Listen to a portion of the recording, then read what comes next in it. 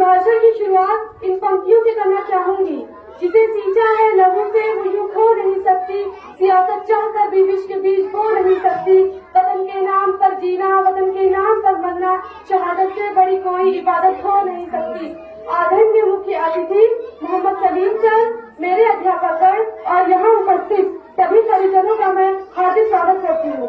जैसा कि आप सभी जानते हैं, आज भारत अपना 74वां गणतंत्र दिवस मनाने जा रहा है। सबसे पहले तो मैं आपको ये बताना चाहूंगी कि गणतंत्र दिवस क्यों मनाया जाता है।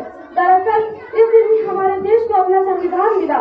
26 जनवरी 1950 सुबह 10:18 पर हमारे देश में अपना संविधान लागू किया गया।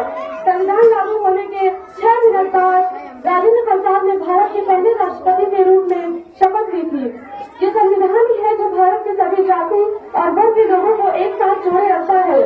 इस दिन राष्ट्रपति तिरंगा झंडा लहराते हैं जो हमारी स्वतंत्रता का प्रतीक है।